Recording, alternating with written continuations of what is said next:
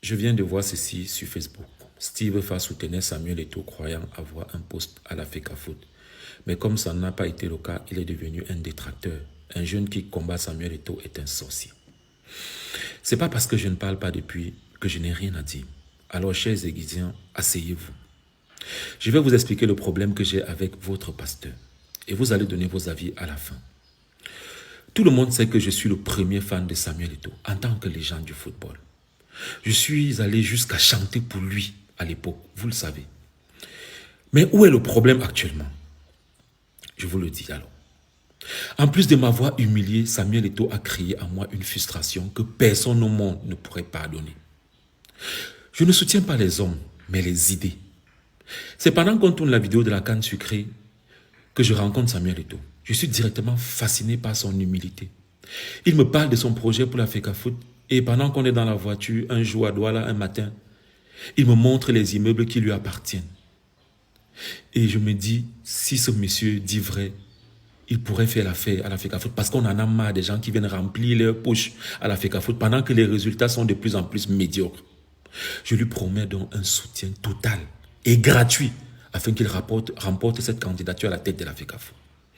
Alors, en collaboration avec son assistante, j'ai choisi parmi mon personnel de Tara Plus une dizaine de personnes payées de mes poches pour travailler sur sa campagne, la campagne de mon grand frère. J'ai baptisé cette opération Samuel Eto'o Hoha. Samuel Eto'o Hoha! Samuel Eto'o Hoha! On va nous soulever! On a abattu un travail sur les réseaux sociaux, à la télé. Tara Plus a fait des vidéos incroyables. On a mobilisé des milliers de personnes. Bref, vous avez vécu, vous avez vu le travail. Le jour du dépôt de la candidature, Samuel Eto'o m'appelle, il me demande, est-ce que je peux t'envoyer de l'argent pour acheter au moins les beignets? Les beignets, c'est ce qu'il a dit. Pour tes gars. J'ai refusé. Parce que c'était un plaisir pour moi de dépenser mon argent pour que l'enfant prodige s'installe à la FECAFOOT. Parce qu'il nous avait promis tous de changer radicalement les choses. Et c'est ce qu'on voulait, au fond. C'est ce qu'on voulait. Le jour de la victoire, il s'est levé pour m'embrasser et c'était ma plus grande récompense. Jusque-là, vous remarquez que je n'ai rien demandé à Samuel. Et il ne m'a rien promis. Donc tranquille, je continue mes activités. Les problèmes commencent le 25 décembre 2001. C'est lui qui m'écrit. Il me dit, et je ne vais pas poster ses captures, tu es un bon petit frère. Tu as été à mes côtés, tu as cru en nos capacités. Ton cadeau de Noël sera 2 interviews avec Messi et Ronaldinho dès qu'ils confirment leur présence au match d'ouverture de la CAN. Un conseil, cher grand frère. Un enfant qui vous aime et qui vous soutient de façon désintéressée, ne lui faites pas de fausses promesses. Bref, Messi n'est jamais venu au Cameroun et personne ne s'est jamais excusé. J'ai continué mes activités au CAN. Il y avait quoi avant? Le 8 janvier, veille de l'ouverture de la CAN, je reçois un appel vidéo de la tanière des Lions. Les gars sont fâchés. Ils se plaignent de n'avoir pas eu les billets du stade pour leurs proches.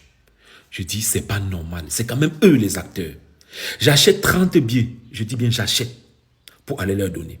Il est 21 h quand je réussis à acheter les billets. Mais je décide quand même d'informer le président de la FECAFOOT. Président, je suis en train d'aller remettre les billets aux Lions, car ils se plaignent de n'avoir pas reçu les billets pour leur famille. Il me demande qui se plaint. Et comme ça fait un moment qu'il est là et que je commence à constater que ça ne donne pas, je décide de ne pas donner de nom. Je dis plutôt que tous les Lions se plaignent. Il me dit, ne va pas là-bas. Je fais quand même la têtutèche et je suis allé donner les billets parce que les gars m'appelaient jusqu'à 22 h et je ne trouvais pas ça normal. Je donne les billets et je continue mes activités au calme. Quelques jours plus tard, on se voit dans un avion et il se rappelle peut-être qu'il m'avait fait une fausse promesse. Il me dit, propose-moi un projet pour gérer la communication digitale de la FECAFOOT. Je vais te confier ça. Je n'avais rien demandé à Samuel. Hein. Je me dis, peut-être en faisant ça, je pourrais apporter ma petite pierre à l'édifice. Je fais donc le document et je lui envoie. Il me dit qu'il va discuter avec le SG et il va me revenir jusqu'aujourd'hui. Bref, j'oublie et je continue mes activités. Au calme. Quelques jours plus tard, je suis victime d'une grosse perte à Tara Plus. Le directeur technique de Tara Plus a oublié le matériel de production de plus de 5 millions dans un taxi. Pour la première fois de ma vie, et vu que ce sont mes équipes de Tara Plus qui ont bossé sur sa campagne, je demande de l'aide à Samuel Eto'o afin qu'il puisse m'offrir une nouvelle caméra et quelques accessoires. Ça coûtait moins de 2 millions. Je n'ai pas demandé l'argent, mais le matériel qui devait faire acheter par quelqu'un à Paris et m'offrir.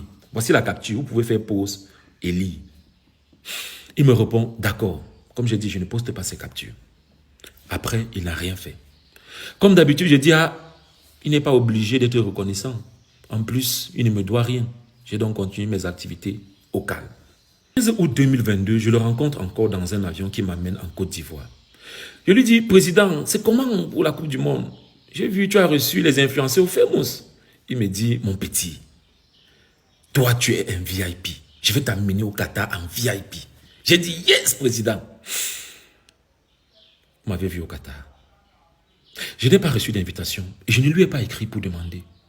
Pour moi, la promesse n'est pas une dette. Tant que les Lions gagnent, je suis fier. J'ai préféré aller aux États-Unis pendant le mondial. Sauf que pendant la Coupe du Monde, les problèmes que je connaissais déjà dans la tanière explosent et André Onana est chassé de la tanière. La colère monte chez les Camerounais et je reçois les messages du genre « Voilà le monsieur que tu soutiens, tu ne dis rien parce qu'il te donne de l'argent, vous mangez l'argent du pays. » Honnêtement, ça me faisait mal quand même. Et je décide dans ce jour-là, officiellement, de retirer mon soutien à Samuel Eto'o. Et je fais ce post que vous avez vu sur Facebook pendant le mondial. Il faut que les choses soient claires. Vous avez intérêt à gagner le prochain match. Sinon, c'est le peuple qui ira dissoudre cette FECAFOOT à problème. Moi en tête. Directement, Samuel Eto'o m'envoie la capture en me demandant « C'est quoi ça ?» Je lui réponds « C'est l'expression d'un Camerounais très mécontent. » Il me répond « Ne recommence plus jamais. Le jour où tu t'oublies encore publiquement, tu auras de mes nouvelles. Seigneur. » Quelqu'un que j'ai soutenu de façon désintéressée. Quelqu'un pour qui je pouvais mourir pour défendre les idées. Quelqu'un qui ne m'a jamais aidé et qui n'a jamais rien fait dans ma vie me menace. Pourtant, c'était même dans son intérêt que je fasse ce genre de sortie. Pour que les gens comprennent qu'il n'a pas que des moutons autour de lui. Il y en a qui savent reconnaître quand ça ne va pas. Je vous assure, ce jour-là, j'ai pleuré. Je me suis censé rabaisser, chosifier, humilier. Bref, j'ai serré le cœur et j'ai quand même fait un message d'excuse pour qu'il reste concentré pendant ce mondial. Parce que la priorité, c'est d'abord le Cameroun. Je vous lis le message. Mon grand, je peux comprendre ta colère vu le contexte. J'ai écrit sans penser à tout ce que tu subis comme pression en ce moment. Mais je te promets, ce n'était pas dirigé contre toi. Si j'avais pensé à tous les contours, je n'aurais pas publié ça.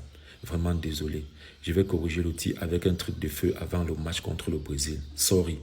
Mais s'il te plaît, à l'avenir, si je m'oublie, donne-moi des conseils comme un grand à son petit. Je te soutiens et je t'ai toujours soutenu sans condition. Et je serai toujours là pour te soutenir. Car je crois en toi depuis des années. Je ne vise aucun intérêt. Tu ne dois jamais trembler concernant ma dévotion à ton égard. Je ne peux pas traverser ton cadavre. Enjoy Qatar. Honnêtement, tous ces mots, je n'y pensais pas. Juste que quand on est petit, on doit se rabaisser. J'ai fait ça et j'ai continué mes activités. Et j'ai promis de ne plus jamais avoir affaire à lui. Parce que je sais qu'il est rancunier. Quelques mois plus tard, il m'envoie le lien d'un 3 minutes du peuple en me disant « Je n'arrête pas de rire avec les émoticônes de rire et tout. » Je décide de ne pas répondre car je connais ça. On revient montrer les dents avec toi parce qu'on a besoin de tes services. Après t'avoir utilisé, on t'humilie. J'avais donc décidé que tant que je n'ai pas la certitude qu'il a changé, je suis en brousse avec lui. Quelques semaines après, je constate qu'il a signé chez OneXBet, cette entreprise qui ruine la jeunesse, cette entreprise qui a payé des militaires pour me torturer parce que je me suis opposé à eux. C'est là que je décide de le bloquer sur WhatsApp, car il n'incarnait plus les valeurs que je promeux. Je le bloque et je continue mes activités au calme. Jusqu'au jour où je suis tranquillement assis chez moi et j'apprends en Congo ça. Samuel Eto'o raconte aux gens que Steve Fa est en brousse avec lui parce que Steve Fa lui a demandé l'argent pour acheter le matériel de sa télé et il a oublié de donner. Mince. Même si je t'avais demandé de l'argent, Samuel, on a parlé de ça à deux. Ça fait quoi dans la bouche des gens? Ce fut l'humiliation de trop. J'ai écrit à ses amis pour leur dire de lui dire qu'un grand ne fait pas le Congo ça. Et que même si je lui avais demandé l'argent, par reconnaissance, il ne devait pas oublier, comme il le prétend. En tant que grand frère, il a perdu toute valeur qu'il avait à mes yeux ce jour-là. Mais il reste la légende que je vais toujours respecter. La loyauté est un principe fondamental chez moi, Samuel. Mais elle doit être réciproque. Sinon, elle s'arrête quand je me sens humilié et pas du tout respecté. Désormais, mon combat et tout ce que je fais depuis ces derniers jours, c'est pour que tu changes. Et tu vas changer. Et personne ne m'a payé pour ça. Et tu le sais parce que tu me connais. Si j'ai dit un seul mensonge dans cette vidéo, porte-moi plainte. Voilà les Églisiens. Maintenant, vous pouvez m'insulter. Vous avez dit que je suis pédé, qu'il m'a donné de l'argent, que le gouvernement me finance pour le salir. Est-ce que j'ai parlé? Mais si vous aimez Samuel, dites-lui la vérité. Sinon, vous allez le perdre. Le temps est le véritable tribunal de l'histoire. Un jour, tout se saura. Nous, les enfants de Dieu, nous ne craignons rien. Parce que papa est toujours là.